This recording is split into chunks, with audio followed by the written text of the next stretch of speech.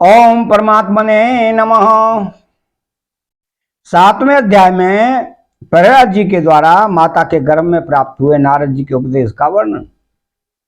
तो नारद जी कहते हैं, युधिष्ठिर, जब दैत्य बालकों ने इस प्रकार प्रश्न किया तब भगवान के परम प्रेमी भक्त प्रहलाद जी को मेरी बात स्मरण हुई। कुछ मुस्कुराते हुए उन्होंने उनसे कहा, प्रहलाद जी ने कहा कि जब हमारे पिताजी तपस्या करने के लिए मद्राचल पर गए थे तब इंद्रादि देवताओं ने दानवों से युद्ध करने का बहुत बड़ा उद्योग किया। वो इस प्रकार कहने लगे कि जैसे चींटियां सांप को चाट जाती हैं वैसे ही लोगों को सताने वाले पापी हिरण्यकश्यप को उसका पाप ही खा गया।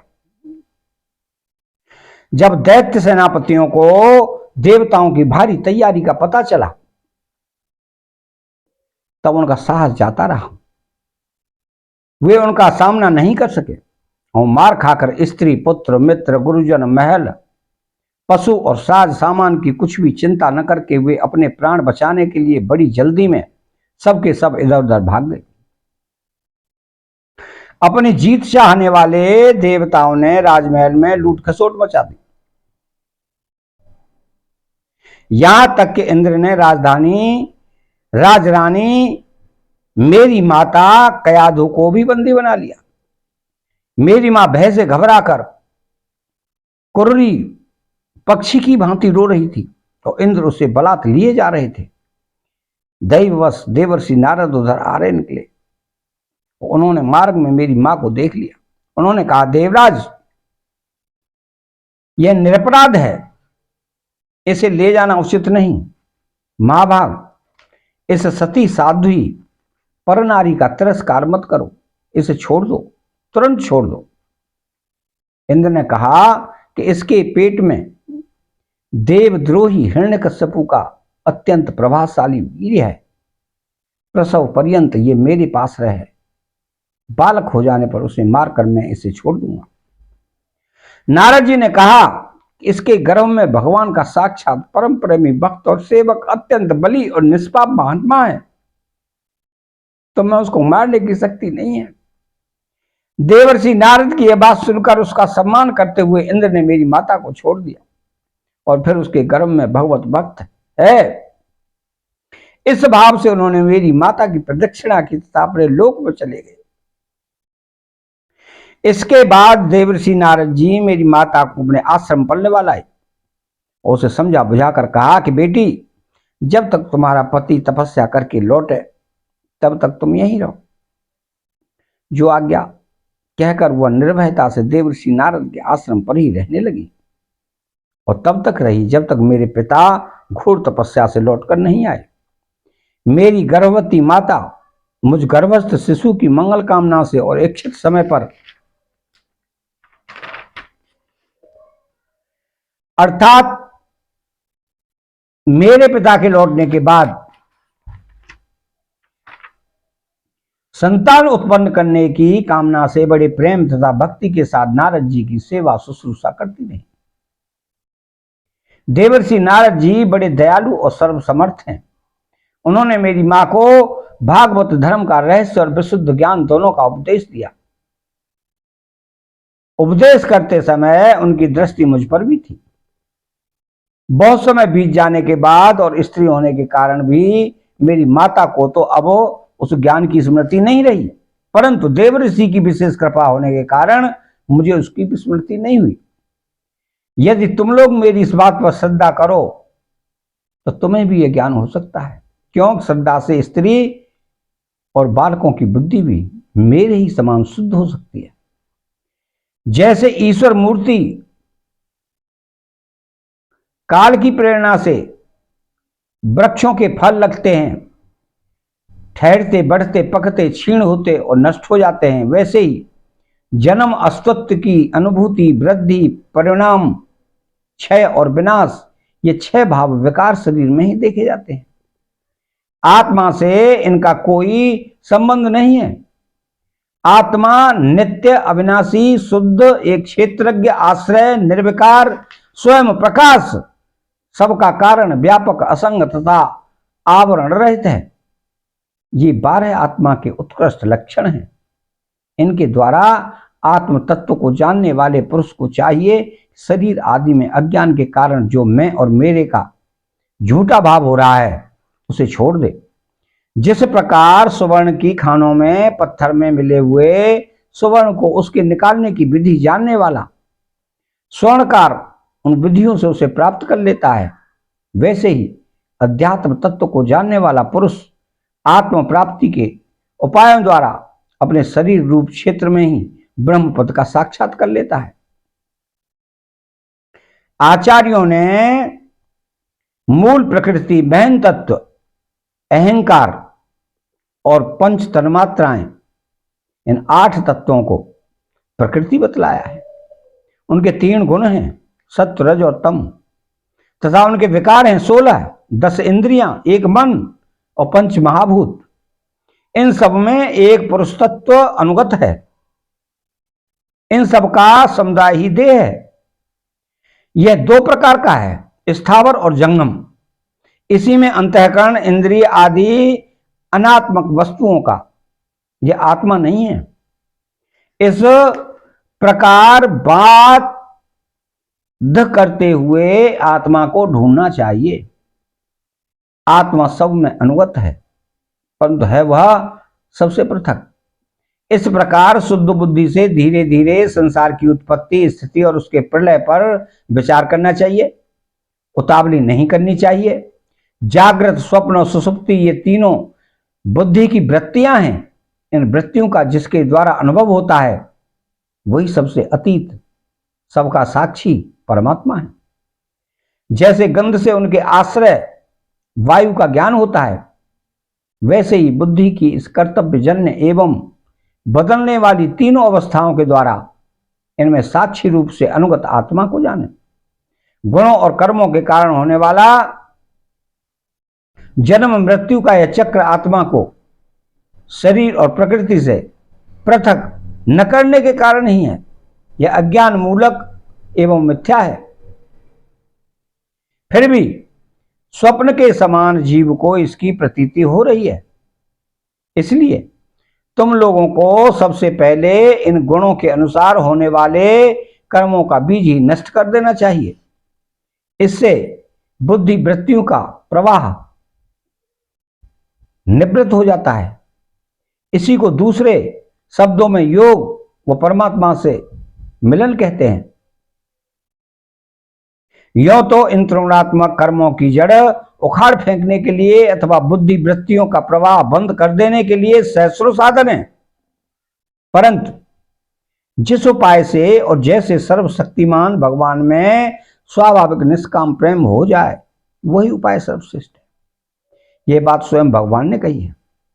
गुरु की प्रेम पूर्वक सेवा, अपने को जो कुछ मिले वह सब प्रेम से भगवान को समर्पित कर देना, भगवत प्रेमी महात्माओं का सत्संग, भगवान की आराधना, उनकी कथा वार्ता में श्रद्धा, उनके गुण और लीलाओं का कीर्तन, उनके चरण कमलों का ध्यान और उनके मंदिर मूर्ति आदि का दर्शन पूजन आदि साधनों से भगवान में स्वाभाविक प्रेम हो जाता है।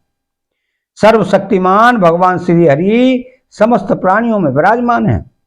ऐसी भगवान से यथाशक्ति सभी प्राणियों की इच्छा पूर्ण करें और हृदय से उनका सम्मान करें। काम, क्रोध, लोभ, मोह, मद और मत्सर, इन 6 शत्रुओं पर विजय प्राप्त करके जो लोग इस प्रकार भगवान की साधन शक्ति का अनुष्ठान करते हैं उन्हें उस भक्ति के द्वारा भगवान श्री कृष्ण के चरणों में अनन्य प्रेम की प्राप्ति हो जाती है। जब भगवान के लीला शरीरों से किए हुए अद्भुत पराक्रम, उनके अनुपम गुण और चरित्रों को श्रवण करके अत्यंत आनंद के उद्रेक से मनुष्य का रोम रोम खिल उठता है, आंसुओं के मारे कंठ गदगद हो जाता है और वह संकोच छोड़कर जोर जोर से गाने, चिल्लाने और नाचने लगता है। जिस समय वह ग्रस्त पागल की तरह कभी हंसता है, कभी करुण क्रंदन करने लगता है, कभी ध्यान करता है, तो कभी भगवत भाव से लोगों की वंदना करने लगता है। जब यह भगवान में ही तन्मय हो जाता है, बार बार लंबी सांस खींचता है और संकोच छोड़कर हरे जगतपते नारायण कहकर पुकारने लगता है, तब भक्ति योग के महान प्रभाव से उसके सारे बंधन कट जाते हैं और भगवत भाव की ही भावना करते करते उसका हृदय भी तदाकार भगवतमय हो जाता है। उस समय उसके जन्म मृत्यु के बीजों का खजाना ही जल जाता है और वह पुरुष श्री भगवान को प्राप्त कर लेता है। इस अशुभ संसार के दल दल में फंसकर अशुभमय हो जाने वाले जीव के लिए भगवान की यह सत्प्राप्ति संसार के चक्कर को मिटा देने वाली है। इसी वस्तु को कोई विद्वान ब्रह्म और कोई निर्वाण सुख के रूप में पहचानते हैं। इसलिए मित्रों, तुम लोग अपने अपने हृदय में हृदयेश्वर भगवान का भजन करो। असुर कुमारो, अपने हृदय में ही आकाश के समान नित्य विराजमान भगवान का भजन करने में कौन सा विशेष परिश्रम है। वे समान रूप से समस्त प्राणियों के अत्यंत प्रेमी मित्र हैं और तो क्या अपने आत्मा ही हैं। उनको छोड़कर भोग सामग्री इकट्ठी करने के लिए भटकना राम राम कितनी मूर्खता है। अरे भाई, धन, स्त्री, पशु, पुत्र, पुत्री, महल, पृथ्वी, हाथी, खजाना और भांति भांति की विभूतियां और तो क्या संसार का समस्त धन तथा भोग सामग्रियां इस क्षण भंगुर मनुष्य को क्या सुख दे सकती हैं। वे स्वयं ही क्षण भंगुर है। जैसे इस लोक की संपत्ति प्रत्यक्ष ही नाशवान है, वैसे ही यज्ञों से प्राप्त होने वाले स्वर्ग आदि लोक भी नाशवान और अपेक्षित एक दूसरे से छोटे बड़े नीचे ऊंचे हैं। इसलिए वे भी निर्दोष नहीं है, निर्दोष है केवल परमात्मा। न किसी ने उनमें दोष देखा है और न सुना है। अतः परमात्मा की प्राप्ति के लिए अनन्य भक्ति से उन्हीं परमेश्वर का भजन करना चाहिए।